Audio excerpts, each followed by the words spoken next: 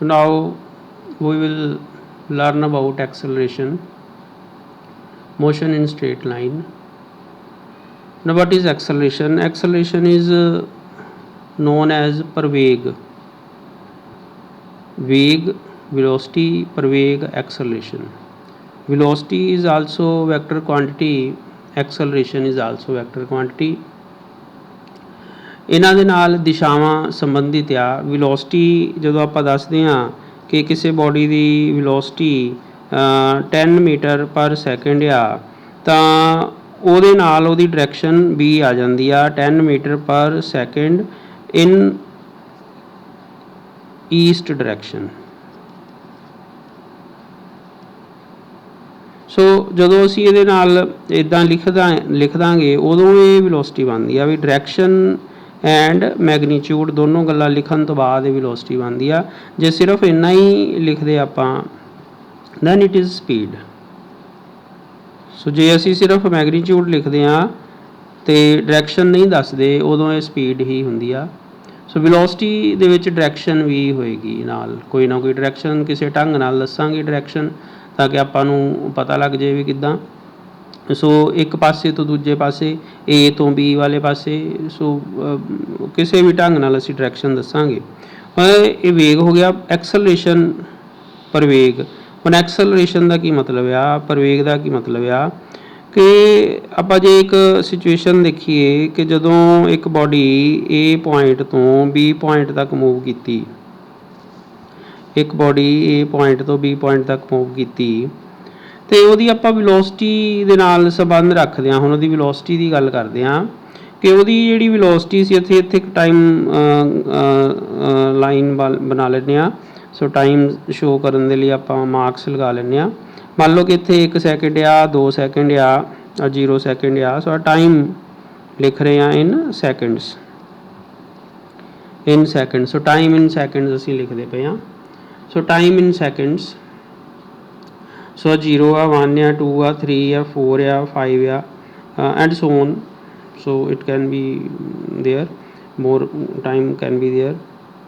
ਹੁਣ ਮੰਨ ਲਓ ਕਿ ਜਦੋਂ ਏ ਪੁਆਇੰਟ 'ਤੇ ਸੀ, ਟਾਈਮ 0 ਸੀ, ਤਾਂ ਇੱਕ ਤਾਂ ਆਪਾਂ ਗੱਲ ਕਰ ਸਕਦੇ ਕਿ ਉਹਦੀ ਡਿਸਟੈਂਸ ਜਾਂ ਉਹਦੀ ਪੋਜੀਸ਼ਨ ਕੀ ਸੀ।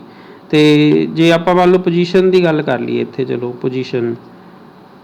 ਸੋ ਅਸੀਂ ਮੰਨ ਲੈਂਦੇ ਹਾਂ ਕਿ ਟਾਈਮ 0 'ਤੇ ਉਹਦੀ ਪੋਜੀਸ਼ਨ 10 ਸੀ, ਜਾਂ ਚਲੋ 10 ਲੈ ਲੈਂਦੇ ਹਾਂ। ਸੋ ਪੋਜੀਸ਼ਨ 10 ਆ, ਮਤਲਬ 10 ਮੈਨੇ 10 ਵਾਲੇ ਮਾਰਕ ਦੇ ਉੱਪਰ ਕੋਈ ਚੀਜ਼ ਰੱਖੀ ਹੋਈ ਆ। ਜਦੋਂ ਮੋਸ਼ਨ ਸ਼ੁਰੂ ਹੋ ਗਈ, ਮੋਸ਼ਨ ਤੋਂ ਬਾਅਦ 1 ਸੈਕਿੰਡ 'ਤੇ ਉਹਦੀ ਜਿਹੜੀ ਪੋਜੀਸ਼ਨ ਆ ਉਹ ਹੋ ਗਈ ਮੰਨ ਲਓ 11। ਠੀਕ, ਇਹਦਾ ਮਤਲਬ ਇਹਦੀ ਜਿਹੜੀ ਸਪੀਡ ਆ ਜਾਂ ਵੈਲੋਸਿਟੀ ਆ ਇੱਥੇ ਕਿੰਨੀ ਬਣ ਗਈ, ਇਹਦੀ ਸਪੀਡ ਜਾਂ ਵੈਲੋਸਿਟੀ ਇਸ ਥਾਂ 'ਤੇ 1 ਮੀਟਰ ਪਰ ਸੈਕਿੰਡ ਹੋ ਗਈ। ਹੁਣ ਇਹਦੀ ਸਪੀਡ ਜਿਹੜੀ ਹੈਗੀ ਆ ਜਦੋਂ 11 ਤੋਂ ਇੱਥੇ 1 ਸੈਕਿੰਡ ਤੋਂ ਲੈ ਕੇ 2 ਸੈਕਿੰਡ ਦੇ ਵਿਚਕਾਰ ਉਹਨੇ ਟਰੈਵਲ ਕੀਤਾ, ਅਤੇ ਮੰਨ ਲਓ ਕਿ ਉਹਦੀ ਜਿਹੜੀ ਪੋਜੀਸ਼ਨ ਹੋ ਗਈ 2 ਸੈਕਿੰਡ ਬਾਅਦ, ਦੈਟ ਬਿਕਮਸ 13। ਇਹਦਾ ਮਤਲਬ ਹੁਣ ਇੱਥੋਂ ਲੈ ਕੇ ਇੱਥੋਂ ਤੱਕ ਜਿਹੜੀ ਪੋਜੀਸ਼ਨ ਦਾ ਮਾਰਕ ਆ, ਦਿਸ ਇਜ਼ ਪੋਜੀਸ਼ਨ, ਇਹਦਾ ਮਤਲਬ 2 ਮੀਟਰ ਦੂਰ ਚਲਾ ਗਿਆ। So it will be 2 metre per second. ਮੰਨ ਲਓ ਕਿ ਹੁਣ ਇਹ ਇੱਥੇ ਪੋਜੀਸ਼ਨ ਜਿਹੜੀ ਆ, ਟਾਈਮ ਜਦੋਂ 3 ਸੈਕਿੰਡ ਹੋਇਆ, ਉਹਦੀ ਪੋਜੀਸ਼ਨ ਹੋ ਗਈ ਮੰਨ ਲਓ 15। ਸੋ ਇਹ ਆਪਣੇ ਕੋਲ ਬਣ ਗਿਆ 17 ਲੈ ਲੈਂਦੇ ਹਾਂ, 17। ਸੋ 4 ਮੀਟਰ ਪਰ ਸੈਕਿੰਡ ਹੋ ਗਈ ਆ ਵਾਲੀ ਜਗ੍ਹਾ ਦੇ ਵਿੱਚ, ਜਿਹੜੀ ਉਹਦੀ ਵੈਲੋਸਿਟੀ ਜਾਂ ਸਪੀਡ ਆ। ਇੰਨਾ ਟਾਈਮ ਆ ਜਿਹੜਾ this thing shows the time ਬੀਤ ਰਿਹਾ ਹੈਗਾ। ਸੋ ਟਾਈਮ ਬੀਤ ਰਿਹਾ ਹੈਗਾ, ਪੋਜੀਸ਼ਨ ਬਦਲ ਗਈ, ਟਾਈਮ ਬੀਤਿਆ ਪੋਜੀਸ਼ਨ ਬਦਲ ਗਈ, ਟਾਈਮ ਬੀਤ ਗਿਆ ਪੋਜੀਸ਼ਨ ਬਦਲ ਗਈ। ਸੋ 1 ਸੈਕਿੰਡ ਬੀਤ ਰਿਹਾ। ਦੇਖੋ ਇੱਥੇ ਆਹ ਟਾਈਮ ਨੂੰ ਇਹ ਧਿਆਨ ਦੇਣਾ, ਇਹ ਡਿਸਟੈਂਸ ਨਹੀਂ ਹੈਗਾ, ਇਹ ਟਾਈਮ ਦਿਖਾ ਰਹੇ ਹਾਂ ਆਪਾਂ ਕਿ ਆਹ ਟਾਈਮ ਬੀਤ ਰਿਹਾ। ਘੜੀ ਆ, ਇਹ ਵਾਚ ਨੂੰ ਆਪਾਂ ਇੱਦਾਂ ਸਿੱਧੀ ਲੀਨੀਅਰ ਸਕੇਲ 'ਤੇ ਦਿਖਾ ਰਹੇ ਹਾਂ। So this is 1 second ਈਚ। ਘੜੀ ਦਾ ਟਾਈਮ ਜਿਹੜਾ ਆ ਉਹਨੂੰ ਆਪਾਂ ਸ਼ੋਅ ਕਰਦੇ ਪਏ ਹਾਂ। ਇੱਥੇ ਧਿਆਨ ਦੇਣਾ, ਅਤੇ ਆਹ ਪੋਜੀਸ਼ਨ ਦੇ ਮਾਰਕਸ ਲਿਖਦਾ ਪਿਆ ਮੈਂ ਵੀ ਪੋਜੀਸ਼ਨ ਕਿੱਥੇ ਪਹੁੰਚ ਗਏ ਤੁਸੀਂ। ਸੋ ਇਹ ਗੱਲ ਨੂੰ ਧਿਆਨ ਦੇਣਾ ਅਸੀਂ ਕਿੱਥੇ ਪਹੁੰਚ ਗਏ। ਫਿਰ ਜਦੋਂ 4 ਸੈਕਿੰਡ ਹੋ ਗਏ ਤਾਂ ਆਪਾਂ ਦੇਖਦੇ ਹਾਂ ਕਿ ਸੇ ਇਟ ਬਿਕਮਸ 23। सो ये मान लो कि इदां की पोजीशन ते पहुँच गया 23, मतलब कि इत्थों तुहानूं क्लीयर हो रहा कि उहदी स्पीड जिहड़ी वो वधदी पई आ। सो इट मीनस इहदी स्पीड जिहड़ी आ 6 मीटर पर सैकेंड हो गई। हुण उहदी जिहड़ी स्पीड हैगी आ इस तो बाद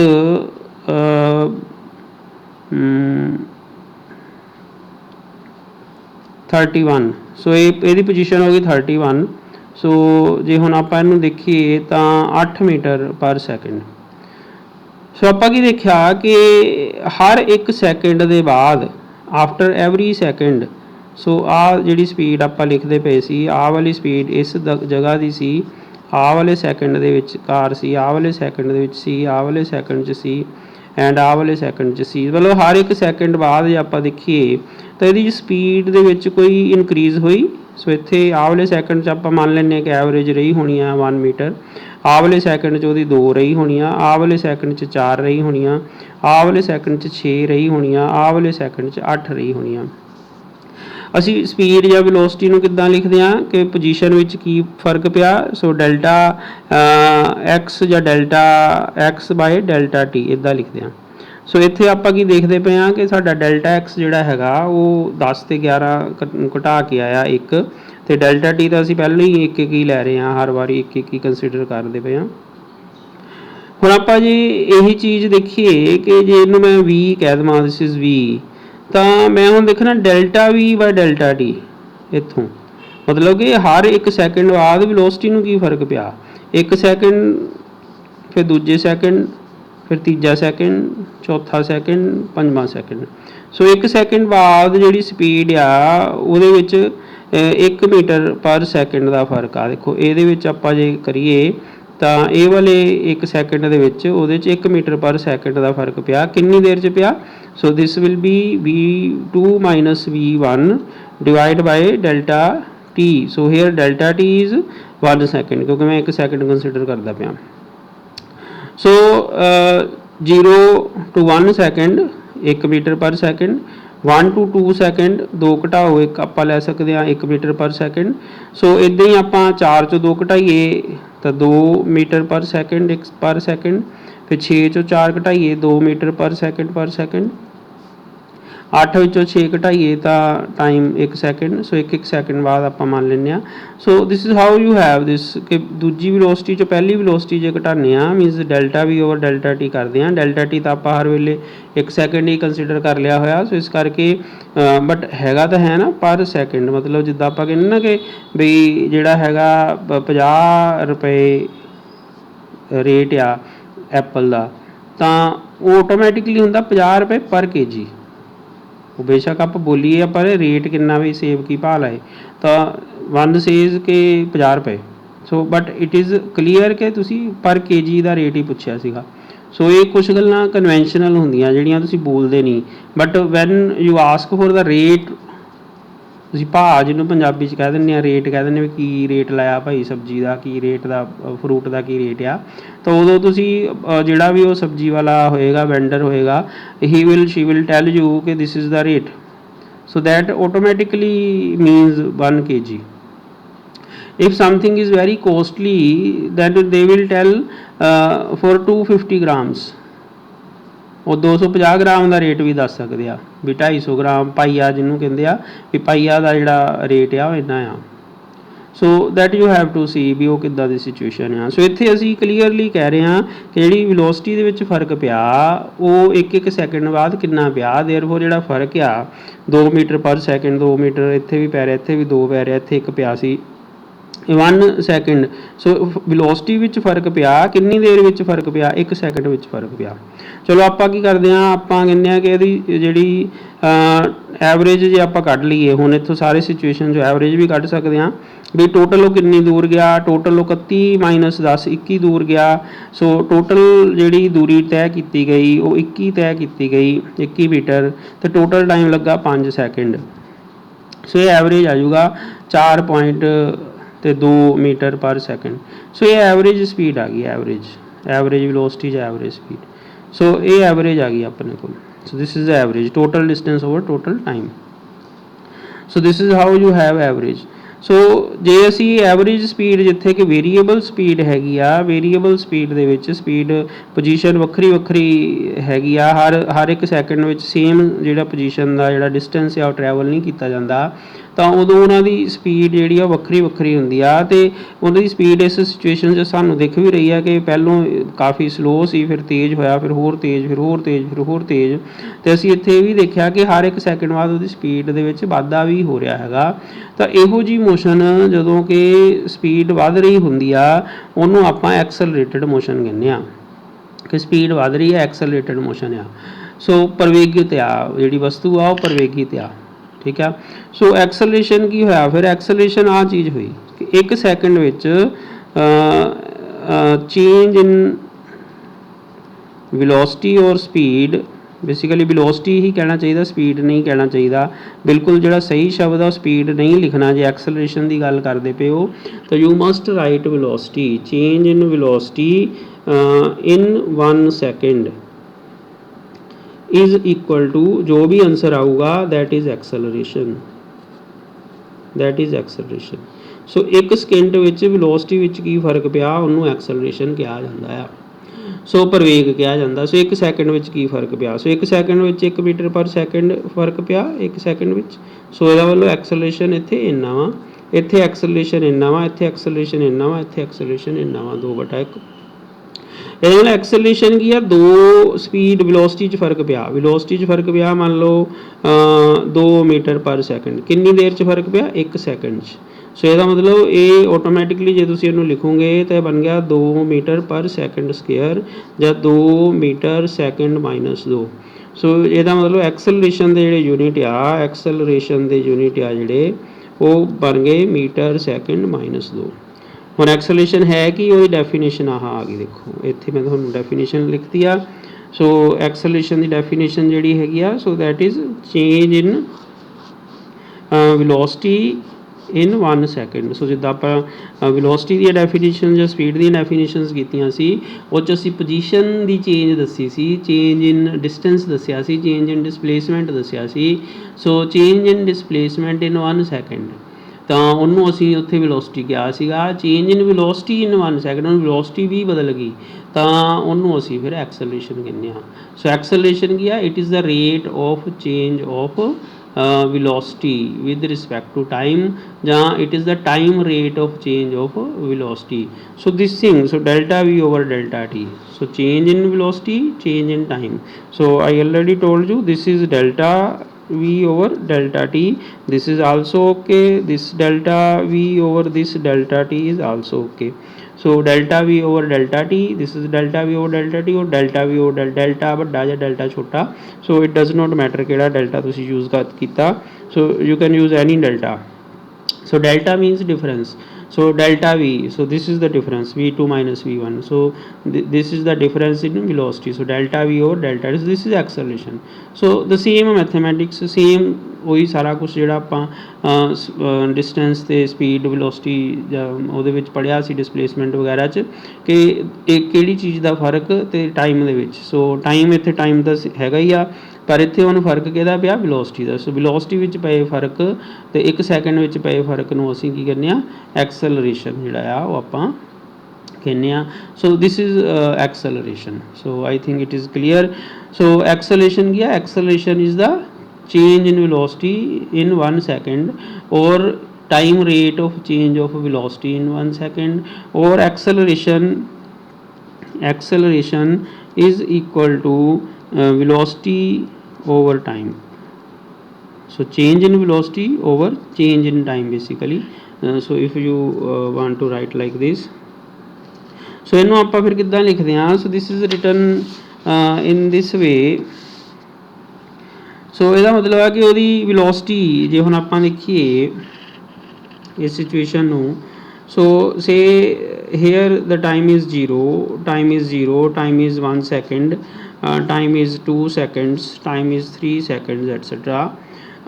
So velocity at this point, when you started noting the time, it may have some velocity, मतलब कि ਤੁਸੀਂ ਟਾਈਮ ਨੋਟ ਬਾਅਦ ਵਿੱਚ ਸ਼ੁਰੂ ਕੀਤਾ। ਮੰਨ ਲਓ ਤੁਸੀਂ ਤੁਸੀਂ ਆਪਣੇ ਘਰ ਦੇ ਸਾਹਮਣੇ ਖੜੇ ਹੋ, ਗੇਟ 'ਤੇ ਖੜੇ ਹੋ, ਤੁਹਾਡੀ ਗਲੀ ਦੇ ਵਿੱਚੋਂ ਕੋਈ ਪਿੱਛੋਂ ਕੋਈ ਵਹੀਕਲ ਤੇ ਬੰਦਾ ਆ ਰਿਹਾ ਹੈਗਾ ਤਾਂ ਓਬਵੀਅਸਲੀ ਉਹ ਤੁਹਾਡੇ ਘਰ ਤੋਂ ਥੋੜੀ ਸਟਾਰਟ ਹੋਇਆ, ਉਹ ਤਾਂ ਤੁਹਾਡੇ ਘਰ ਮੂਹਰੋਂ ਲੰਘ ਗਿਆ, ਤਾਂ ਫਿਰ ਤੁਸੀਂ ਉਹਦੀ ਸਪੀਡ ਨੋਟ ਕਰ ਸਕਦੇ ਹੋ ਨਾ, ਉਹਦੀ ਸਪੀਡ 10 ਮੀਟਰ ਪਰ ਸੈਕਿੰਡ ਤੁਸੀਂ ਨੋਟ ਕੀਤੀ, ਠੀਕ ਹੈ ਨਾ। ਸੋ ਤੁਹਾਡੇ ਘਰ ਦੇ ਸਾਹਮਣੇ ਕੋਈ ਬੰਦਾ ਲੰਘ ਗਿਆ, ਤੁਹਾਡੀ ਗਲੀ ਹੈਗੀ ਆ ਜਾਂ ਤੁਸੀਂ ਸੜਕ 'ਤੇ ਮੇਨ ਰੋਡ 'ਤੇ ਖੜੇ ਹੋ ਇੱਕ ਕਿਨਾਰੇ 'ਤੇ, ਤਾਂ ਉੱਥੋਂ ਕੋਈ ਵਹੀਕਲ ਲੰਘਦਾ ਪਿਆ, ਉਹਦੀ ਸਪੀਡ ਮੰਨ ਲਓ 10 ਮੀਟਰ ਪਰ ਸੈਕਿੰਡ ਹੈਗੀ ਆ, ਤੁਸੀਂ ਨੋਟ ਕੀਤੀ ਕਿਸੇ ਢੰਗ ਨਾਲ, ਕੋਈ ਨਾ ਕੋਈ ਇੰਸਟਰੂਮੈਂਟ, ਕੋਈ ਸੈਂਸਰ ਵਗੈਰਾ ਤੁਹਾਡੇ ਕੋਲ ਹੈ ਜਿਹਦੇ ਨਾਲ ਤੁਸੀਂ ਉਹਦੀ ਸਪੀਡ ਚੈੱਕ ਕਰ ਲਈ, ਤਾਂ ਉਦੋਂ ਤੁਸੀਂ ਟਾਈਮ ਵੀ ਨੋਟ ਕਰ ਲਿਆ, ਠੀਕ ਆ। ਤੁਸੀਂ ਇੱਦਾਂ ਹੀ ਉਹ ਐਕਸਪੈਰੀਮੈਂਟ ਕਰਨ ਲਈ ਤੁਸੀਂ ਥੋੜ੍ਹੀ ਦੂਰ 'ਤੇ ਆਪਣੇ ਦੋਸਤ ਖੜੇ ਕੀਤੇ ਹੋਏ ਆ, ਸਾਰਿਆਂ ਨੇ ਘੜੀਆਂ ਮਲਾਈਆਂ ਹੋਈਆਂ ਆ, ਅਤੇ ਉਹ ਸਾਰਿਆਂ ਕੋਲ ਸੈਂਸਰ ਵਗੈਰਾ ਜਾਂ ਜੋ ਵੀ ਅਰੇਂਜਮੈਂਟ ਤੁਸੀਂ ਸੋਚ ਸਕਦੇ ਹੋ ਕੀਤਾ ਹੋਇਆ, ਤਾਂ ਤੁਸੀਂ ਫਿਰ 1 ਸੈਕਿੰਡ ਬੀਤਣ ਤੋਂ ਬਾਅਦ ਤੁਹਾਡੇ ਅਗਲੇ ਦੋਸਤ ਨੇ ਜਿਹੜਾ ਹੈਗਾ ਉਹ ਨੋਟ ਕੀਤਾ, ਅਤੇ ਉਹਨੇ ਮੰਨ ਲਓ ਨੋਟ ਕੀਤੀ ਉਹਦੀ 20 ਮੀਟਰ ਪਰ ਸੈਕਿੰਡ ਸਪੀਡ ਆ, ਅੱਗੇ ਫਿਰ ਨੋਟ ਕੀਤੀ ਗਈ ਉਹਦੀ ਸਪੀਡ 30 ਮੀਟਰ ਪਰ ਸੈਕਿੰਡ ਆ, ਫਿਰ ਅੱਗੇ ਸਪੀਡ ਨੋਟ ਕੀਤੀ ਗਈ ਉਹਦੀ ਜਿਹੜੀ ਵੈਲੋਸਿਟੀ ਹੈ ਸਪੀਡ ਕਹਿ ਲਓ। ਸੋ ਕਿਉਂਕਿ ਸਟ੍ਰੇਟ ਲਾਈਨ 'ਤੇ ਚੱਲਦੇ ਪਏ ਹਾਂ, ਸੋ ਇਸ ਲਈ ਮੈਂ ਸਪੀਡ ਜਾਂ ਵੈਲੋਸਿਟੀ ਦੋਨੋਂ ਕੋਈ ਵੀ ਬੋਲ ਸਕਦਾ। So it is 40 metre per second. ਇਹਦਾ ਮਤਲਬ ਹੈ ਕਿ ਹਰ 1 ਸੈਕਿੰਡ ਬਾਅਦ ਉਹਦੀ ਜਿਹੜੀ ਸਪੀਡ ਦੇ ਵਿੱਚ ਪਿਆ ਫਰਕ, 1 ਸੈਕਿੰਡ ਬੀਤ ਗਿਆ ਅਤੇ ਫਰਕ ਕਿੰਨਾ ਪਿਆ, so this is V1 V2 V3 V4, ਸੋ ਇਹਨਾਂ ਦੋਨਾਂ 'ਚ ਕਿੰਨਾ ਫਰਕ ਪਿਆ, 10 ਮੀਟਰ ਪਰ ਸੈਕਿੰਡ। ਕਿੰਨੀ ਦੇਰ 'ਚ ਫਰਕ ਪਿਆ, 1 ਸੈਕਿੰਡ ਵਿੱਚ। ਇਹਨਾਂ ਵਿੱਚ ਕਿੰਨਾ ਫਰਕ ਪਿਆ, 10 ਮੀਟਰ ਪਰ ਸੈਕਿੰਡ 1 ਸੈਕਿੰਡ ਵਿੱਚ। ਇਹਨਾਂ 'ਚ ਕਿੰਨਾ ਫਰਕ ਪਿਆ, ਸੋ 10 ਮੀਟਰ ਪਰ ਸੈਕਿੰਡ। ਸਪੀਡ ਇੰਨੀ ਚੇਂਜ ਹੋ ਗਈ ਕਿੰਨੀ ਦੇਰ 'ਚ, 1 ਸੈਕਿੰਡ 'ਚ। ਸੋ ਇਹਦਾ ਮਤਲਬ ਆ ਉਹਦੀਆਂ ਵੈਲੋਸਿਟੀਜ਼ ਤੁਸੀਂ ਨੋਟ ਕੀਤੀਆਂ, ਆ ਤੁਸੀਂ ਉਹਦੀ ਐਕਸਲਰੇਸ਼ਨ ਕੈਲਕੂਲੇਟ ਕੀਤੀ। So therefore acceleration is v over t. So if in case it is something same, मतलब कि हर बारी उन्नी फर्क पै रहा हैगा, in that case acceleration, so we say here acceleration becomes constant. सो क्योंकि आंसर एक्सलेशन का हर बारी सेम आ रहा हैगा, प्रैक्टिकली ये पॉसीबल नहीं हुंदा, आम हालातां विच इदां नहीं हुंदा, कुछ एक एग्जाम्पल्स ही आ जिथे इदां हुंदा। ਜਾਂ ਆਮ ਸੜਕ 'ਤੇ ਆਪਾਂ ਕੋਈ ਵਹੀਕਲ ਲੈ ਕੇ ਜਾਂਦੇ ਹਾਂ ਤਾਂ ਸਾਡਾ ਐਕਸਲਰੇਸ਼ਨ ਜਿਹੜਾ ਉਹ ਕਦੇ ਵੀ ਜਿਹੜਾ ਹੈਗਾ ਉਹਦੇ ਚਾਂਸਿਸ ਬਹੁਤ ਘੱਟ ਹੋਣਗੇ ਕਿ ਉਹ ਹਰ 1 ਸੈਕਿੰਡ ਬਾਅਦ ਇੰਨਾ ਹੀ ਰਵੇ, ਬਹੁਤ ਘੱਟ ਚਾਂਸਿਸ ਹੋਣਗੇ। ਸੋ ਬਟ ਜੇ ਐਕਸਲਰੇਸ਼ਨ ਕੌਨਸਟੈਂਟ ਹੈਗਾ ਤਾਂ velocity is equal to a into t ਜਿਹੜਾ ਆ ਆਪਣੇ ਕੋਲ ਆਂਸਰ ਆ ਜਾਂਦਾ। So acceleration is the ratio of velocity and time, ਔਰ velocity is the product of acceleration and time. So ਇਸ ਤਰ੍ਹਾਂ ਆਪਣੇ ਕੋਲ ਇੱਕ ਰਿਲੇਸ਼ਨ ਆ ਗਿਆ। So this relation holds when this acceleration is constant. So acceleration constant ਦੇ ਲਈ ਆਪਾਂ ਕਰਦੇ ਪਏ ਹਾਂ। So similarly we can have average, so means you can have total, so we 0 ਤੋਂ ਲੈ ਕੇ 3 ਤੱਕ 10 ਸੀ, ਫਿਰ 40 ਸੀ, 40 ਚੋਂ 10 ਘਟਾਇਆ ਅਤੇ ਆਪਣੇ ਕੋਲ 30 ਆਇਆ, ਅਤੇ ਕਿੰਨੇ ਸੈਕਿੰਡ ਲੱਗੇ ਸੀ, 3 ਸੈਕਿੰਡ। ਸੋ ਉਹਨੂੰ ਜੋ ਡਿਵਾਈਡ ਕਰੋਗੇ ਉਹ ਵੀ ਉਨਾ ਹੀ ਆਂਸਰ ਆਊਗਾ ਕਿਉਂਕਿ ਇੱਥੇ ਹਰ ਸੈਕਿੰਡ ਵਿੱਚ ਸੇਮ ਸੀਗਾ। ਹਾਂ, ਪਰ ਇਹੀ ਸਿਚੁਏਸ਼ਨ ਵਿੱਚ ਤੁਹਾਡੀ ਮੰਨ ਲਓ ਸਪੀਡ ਇੱਥੇ 10 ਸੀਗੀ, ਇੱਥੇ ਤੁਹਾਡੀ ਸਪੀਡ 15 ਸੀਗੀ, ਇੱਥੇ ਤੁਹਾਡੀ ਸਪੀਡ ਮੰਨ ਲਓ 35 ਸੀਗੀ, ਇੱਥੇ ਤੁਹਾਡੀ ਸਪੀਡ ਸੇ 25 ਲੈ ਲੈਂਦੇ ਹਾਂ। ਸੋ 25 ਸੀਗੀ ਤਾਂ ਇੱਥੇ ਤੁਹਾਡੀ ਸਪੀਡ ਜਿਹੜੀ ਹੈਗੀ ਆ 55 ਆ ਮੰਨ ਲਓ, ਠੀਕ ਆ। ਸੋ 55 ਦੇ ਵਿੱਚੋਂ ਹੁਣ ਆਹ ਵਾਲੇ ਸੈਕਿੰਡ ਦੀ ਗੱਲ ਕਰੀਏ, ਇਹਦੇ ਵਿੱਚ 5 ਦਾ ਫਰਕ ਪਿਆ ਮੀਟਰ ਪਰ ਸੈਕਿੰਡ ਦਾ, ਇਹਦੇ ਵਿੱਚ ਆਪਣੇ ਕੋਲ 10 ਮੀਟਰ ਪਰ ਸੈਕਿੰਡ ਦਾ ਫਰਕ ਪਿਆ 1 ਸੈਕਿੰਡ ਦੇ ਵਿੱਚ, 1 ਸੈਕਿੰਡ ਦੇ ਵਿੱਚ। ਇੱਥੇ ਆਪਣੇ ਕੋਲ 25 ਅਤੇ 30 ਮੀਟਰ ਪਰ ਸੈਕਿੰਡ ਦਾ ਫਰਕ ਪਿਆ। ਸੋ ਜਿਹੜੇ ਮੈਂ ਨੰਬਰ ਲਿਖਦਾ ਪਿਆ, ਹੋ ਸਕਦਾ ਇਹ ਪ੍ਰੈਕਟੀਕਲੀ ਫਿਜ਼ੀਬਲ ਨਾ ਹੋਣ, ਸਪੀਡਾਂ ਬਹੁਤ ਤੇਜ਼ ਬਣ ਜਾਂਦੀਆਂ ਹੋਣ, ਬਟ ਆਪਾਂ ਸਮਝਣ ਲਈ ਲਿਖਦੇ ਪਏ ਹਾਂ। ਸੋ 5, ਇਹਦਾ ਮਤਲਬ ਆਹ ਵਾਲੇ ਸੈਕਿੰਡ 'ਚ ਉਹਦੀ ਐਕਸਲਰੇਸ਼ਨ ਇੰਨੀ ਆ, ਆਹ ਵਾਲੇ 'ਚ ਇੰਨੀ ਆ, ਆਹ ਵਾਲੇ 'ਚ ਇੰਨੀ ਆ। ਇਹਦਾ ਮਤਲਬ ਉਹਦੀ ਐਕਸਲਰੇਸ਼ਨ ਜਿਹੜੀ ਆ 5 ਮੀਟਰ ਸੈਕਿੰਡ -2 ਆ, 10 ਮੀਟਰ ਸੈਕਿੰਡ -2 ਆ, 30 ਮੀਟਰ ਸੈਕਿੰਡ -2 ਆ। ਇਹਦਾ ਮਤਲਬ ਇਹ ਜਿਹੜੀ ਐਕਸਲਰੇਸ਼ਨ ਆ ਉਹ ਕੌਨਸਟੈਂਟ ਨਹੀਂ ਹੈਗੀ, ਬਦਲੀ ਐਕਸਲਰੇਸ਼ਨ ਆ, ਅਲੱਗ ਐਕਸਲਰੇਸ਼ਨ ਆ। ਸੋ ਡਿਫਰੈਂਟ ਐਕਸਲਰੇਸ਼ਨ ਆ। ਪਰ ਆਹ ਵਾਲੇ ਕੇਸ ਵਿੱਚ ਜਦੋਂ ਕਿ ਹਰ ਵਾਰੀ ਉਹਦੀ ਸਪੀਡ 10 ਵੱਧ ਰਹੀ ਸੀ, ਤਾਂ ਉਦੋਂ ਉਹ ਜਿਹੜੀ ਐਕਸਲਰੇਸ਼ਨ ਸੀ ਉਹ ਕੌਨਸਟੈਂਟ ਸੀ। ਸੋ ਇੱਥੇ ਉਹਦੀ ਐਕਸਲਰੇਸ਼ਨ ਕੌਨਸਟੈਂਟ ਨਹੀਂ ਹੈਗੀ, ਸੋ ਇਹਦੇ ਡਿਫਰੈਂਟ ਐਕਸਲਰੇਸ਼ਨਸ, ਵੇਰੀਏਬਲ ਐਕਸਲਰੇਸ਼ਨ ਆ। So therefore we can also have average acceleration. So usually ਅਸੀਂ ਜਿਹੜੇ ਫਾਰਮੂਲੇ ਡਰਾਈਵ ਕਰਾਂਗੇ ਜਾਂ ਬਣਾਵਾਂਗੇ, ਉਹ ਵਾਲੇ ਫਾਰਮੂਲੇ ਜਿਹੜੇ ਹੋਣਗੇ ਉਹ ਆਪਣੇ ਕੋਲ किद्दां आउणगे।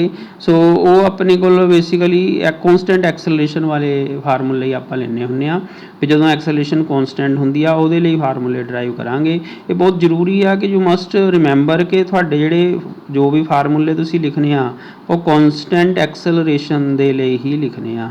कॉन्सटेंट एक्सलरेशन दे लई, वेरीएबल एक्सलरेशन दे लई फार्मूले नहीं आपां लिखने। सो कॉन्सटेंट एक्सलरेशन के लिए फार्मूले होंगे। So acceleration is the ratio of velocity and time. Acceleration is defined as the rate of change of velocity with respect to time. So ਇਹਦਾ मतलब कि acceleration is equal to velocity v2 minus v1 over t2 minus t1। So ਇਹਦਾ मतलब ਆਹੀ formula ਬਣਿਆ। So velocity 'ਚ ਕਿੰਨਾ फर्क पिया तो टाइम 'ਚ कितना फर्क पिया। ਹੁਣ ਆਪਾਂ क्रॉस मल्टीप्लाई कर सकते हैं। Acceleration into t2 minus t1 is equal to v2 minus v1।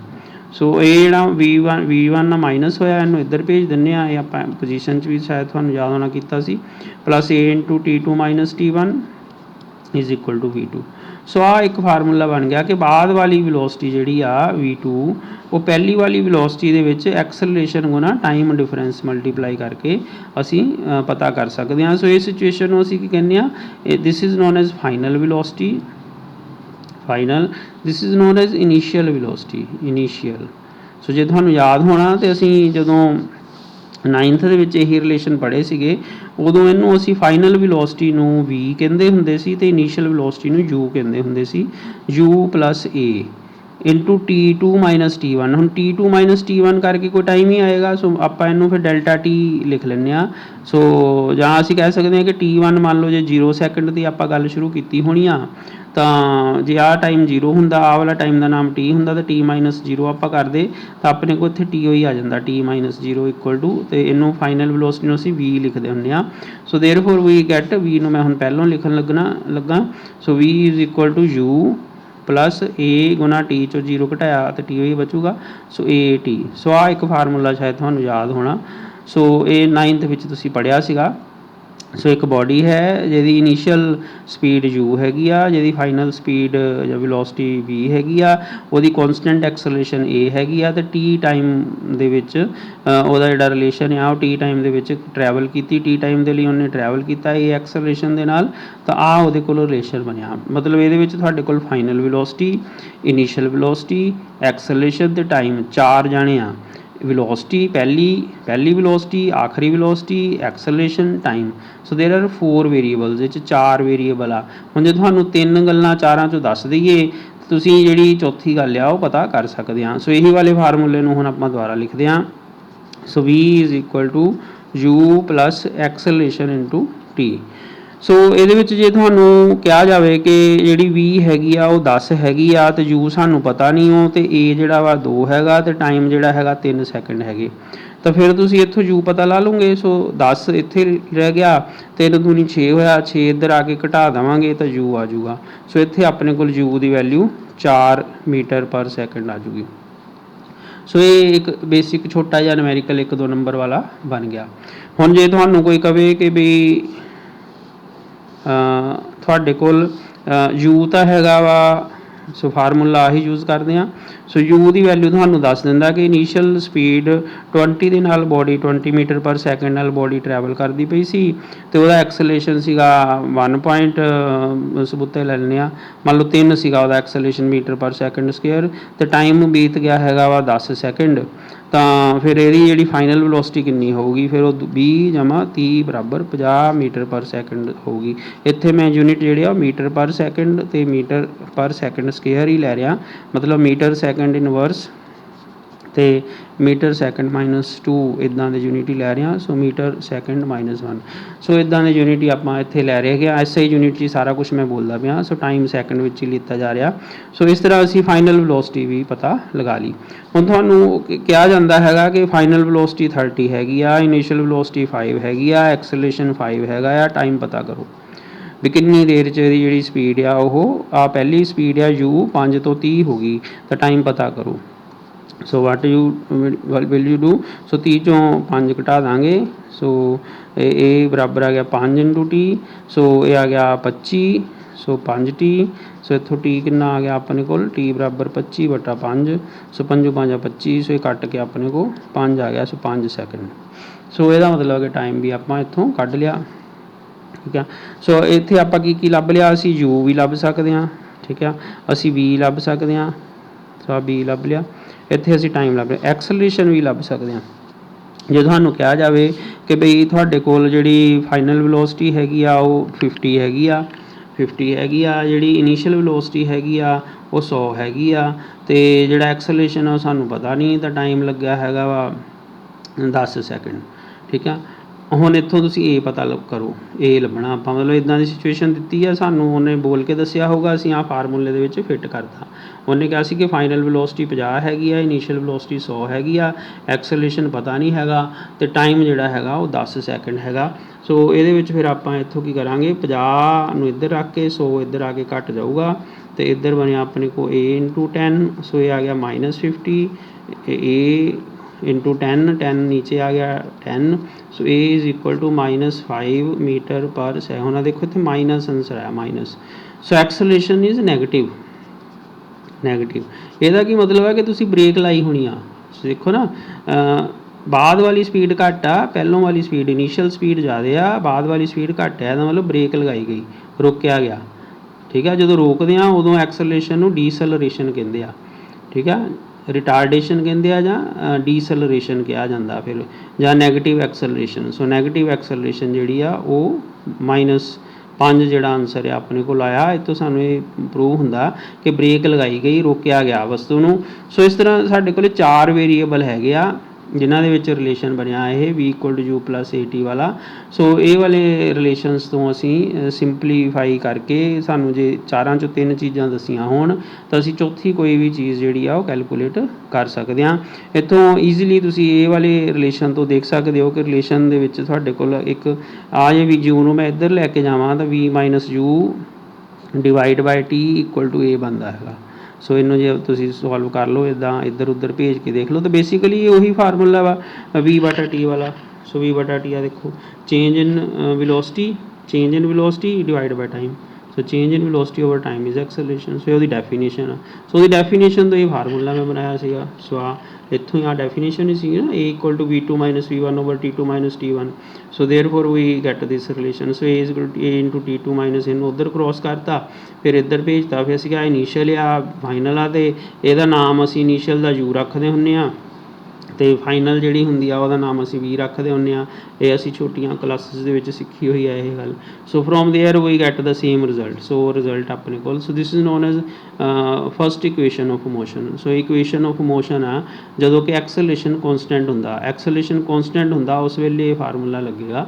So we have this result. ਅਤੇ ਇਹ ਵਾਲੇ ਰਿਲੇਸ਼ਨ ਤੋਂ ਅਸੀਂ ਇਹ ਜਿਹੜੇ ਆ ਨੂਮੈਰੀਕਲ ਛੋਟੇ ਵੀ ਅਸੀਂ ਉਹਦੀ ਸਥਿਤੀ ਆ ਬੋਡੀ ਦੀ, ਟਾਈਮ ਆ ਜਾਂ ਐਕਸਲਰੇਸ਼ਨ ਆ ਜਾਂ ਵੈਲੋਸਿਟੀ ਆ ਜਾਂ ਇਨੀਸ਼ੀਅਲ ਜਾਂ ਫਾਈਨਲ ਹੈਗੀ ਆ, ਉਹ ਅਸੀਂ ਪਤਾ ਲਗਾ ਸਕਦੇ ਹਾਂ। So thank you very much.